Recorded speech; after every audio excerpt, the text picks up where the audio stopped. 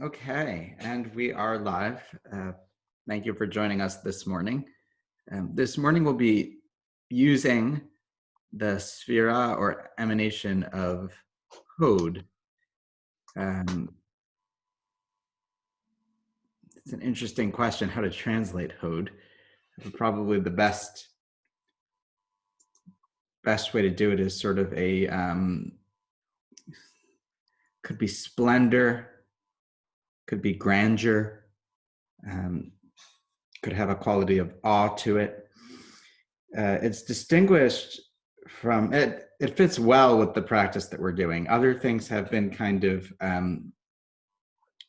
these are lenses we're using for our meditation practice. So rather than studying about these Kabbalistic notions of how we work and how we exist and thinking about them and contemplating them, instead of doing that, we've been using them in the meditation as a way of cultivating them.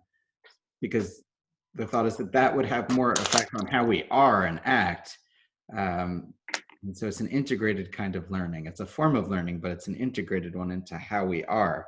And so we started with a whole series from loving kindness to inner strength to balance, and then a sort of persistent corrective of Netzach last time. So now we're up to Hod, the fifth one. And if Netzach is rooted in doing, fixing, persisting, being a victorious effort, outgoing kind of kind effort, Hod is like Shabbat, a submission of the soul to just appreciate what is. It's being. It's the being that would complement the doing of Netzach.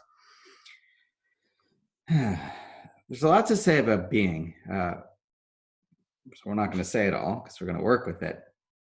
But I wanted to just say two things in relation to the current time we find ourselves in.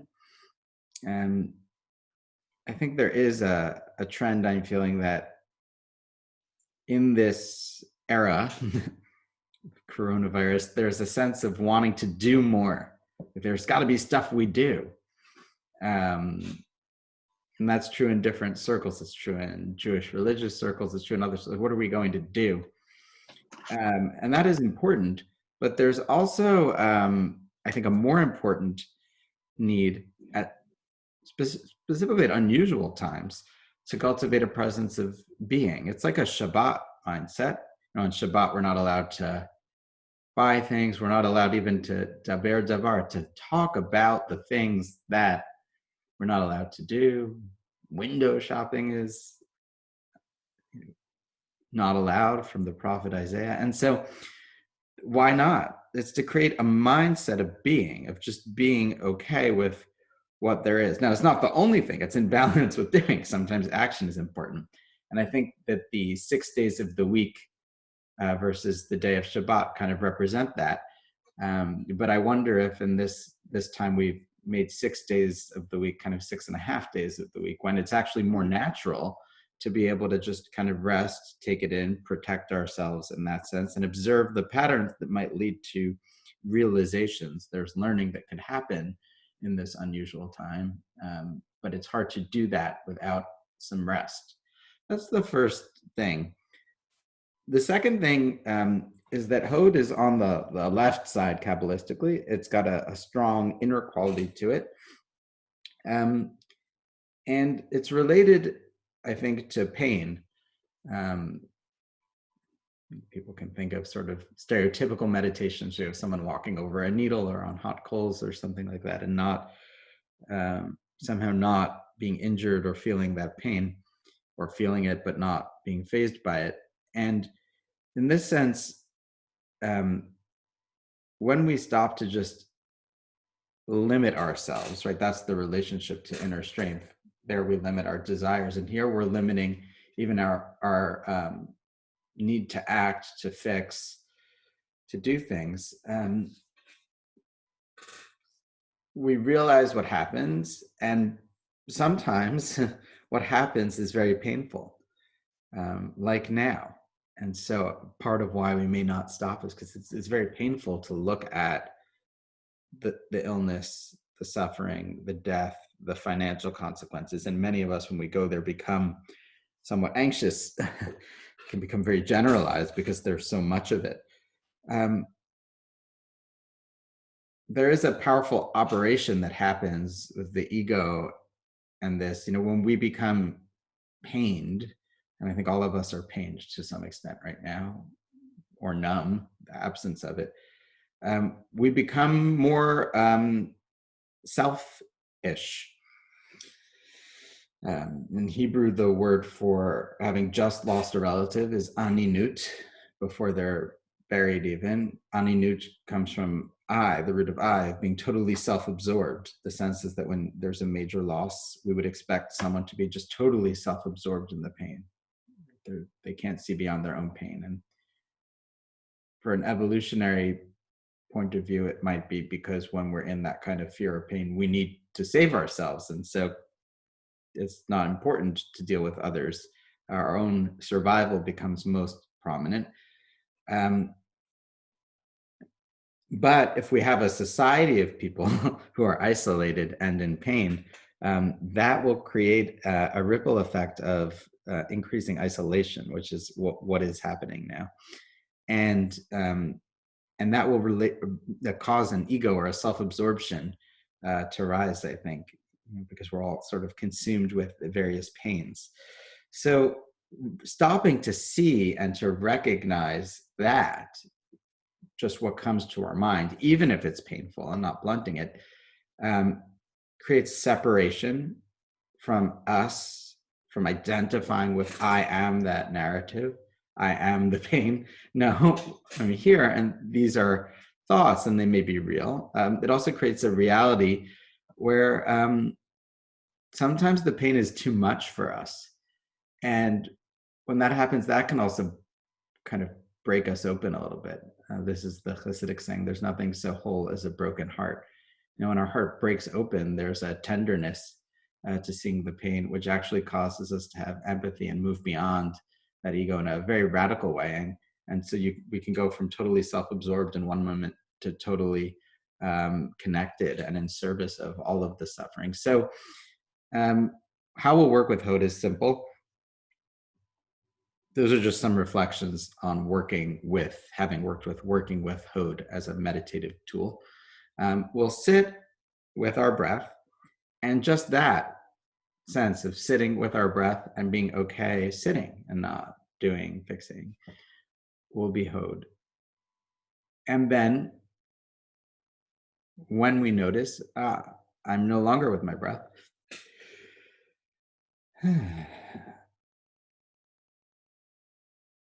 an appreciation of the awareness, even in doing, right? And this is, the sort of being doing paradigm.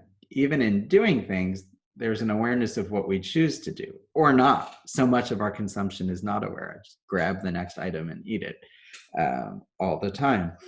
But here we're fine-tuned not to I'm going to bring my breath back, but to the awareness of, my breath is no longer where it was. And to notice any thoughts, notice even the rising of the desire to bring it back or to not bring, and to continue a sense of awareness, Hod, as we do that. And so in this way, we'll cultivate just a kind of awareness.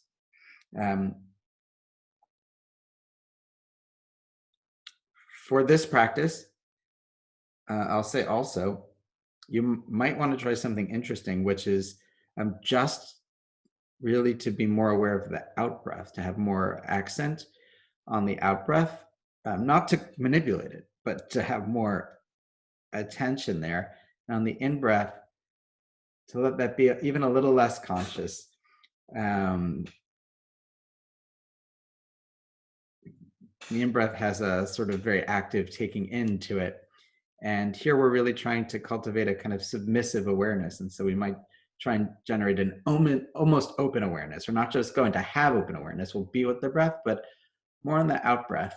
And so the in breath, anything that sort of bolsters, even in the posture, a sense of me and I, we'll try and let go of a little bit. So our attention will be with our breath, but really the attention will rest on the out breath, and the in breath will be almost a vacuum.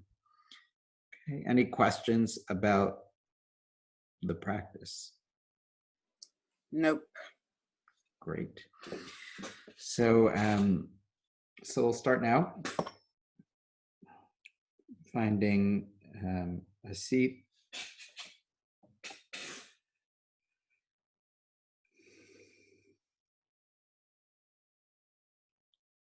Finding your attention.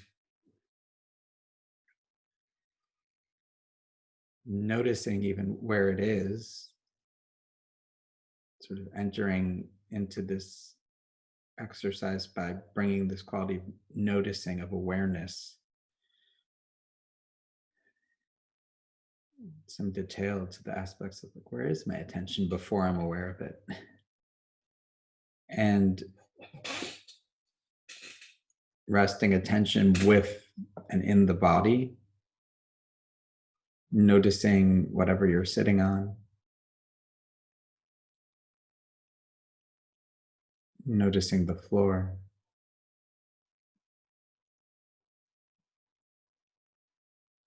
Becoming aware of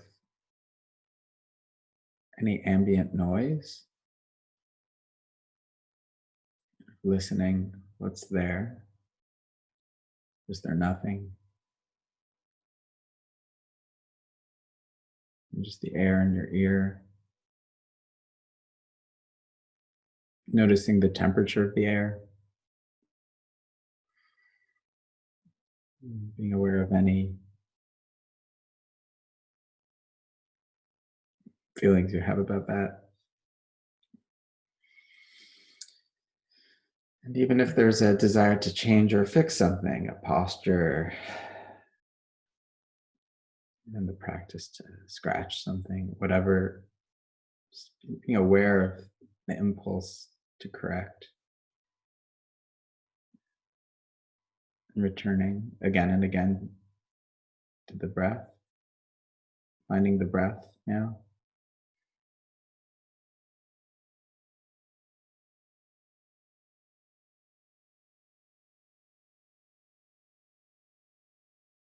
Noticing the pattern of natural breathing.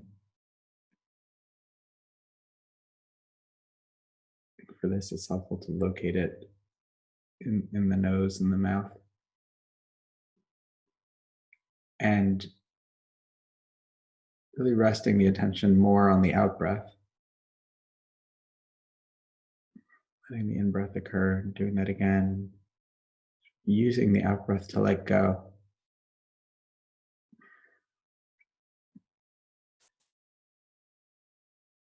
Letting go of our need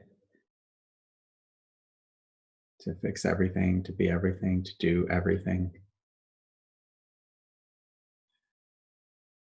to have all the answers, and becoming aware of deepening our awareness of what is. We'll rest here, we'll sit here.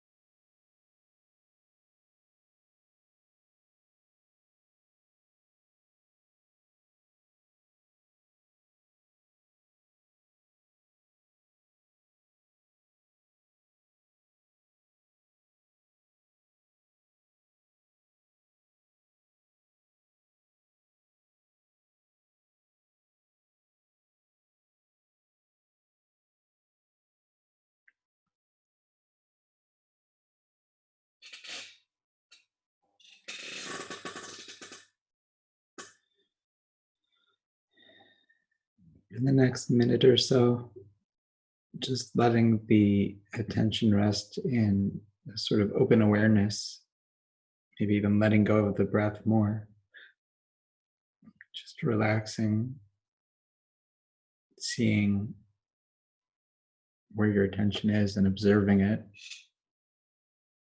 in a friendly way.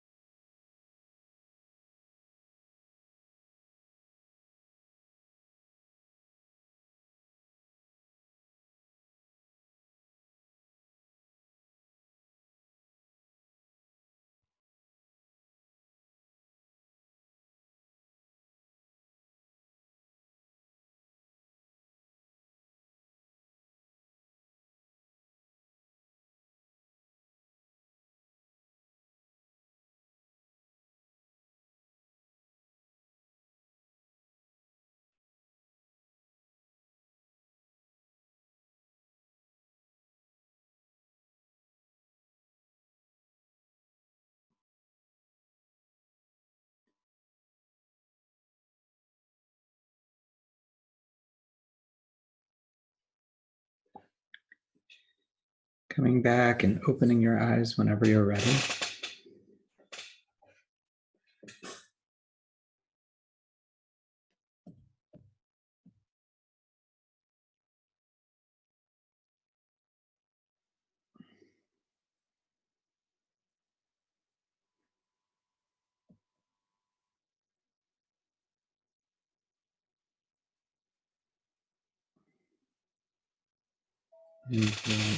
And we'll close today's practice by offering the opportunity for any comments or questions. Not from me, but thank you. Okay, great. And yeah, that's what we have today. Wishing everyone a good day. You too. Thank you. Thank you very much. Have a good day.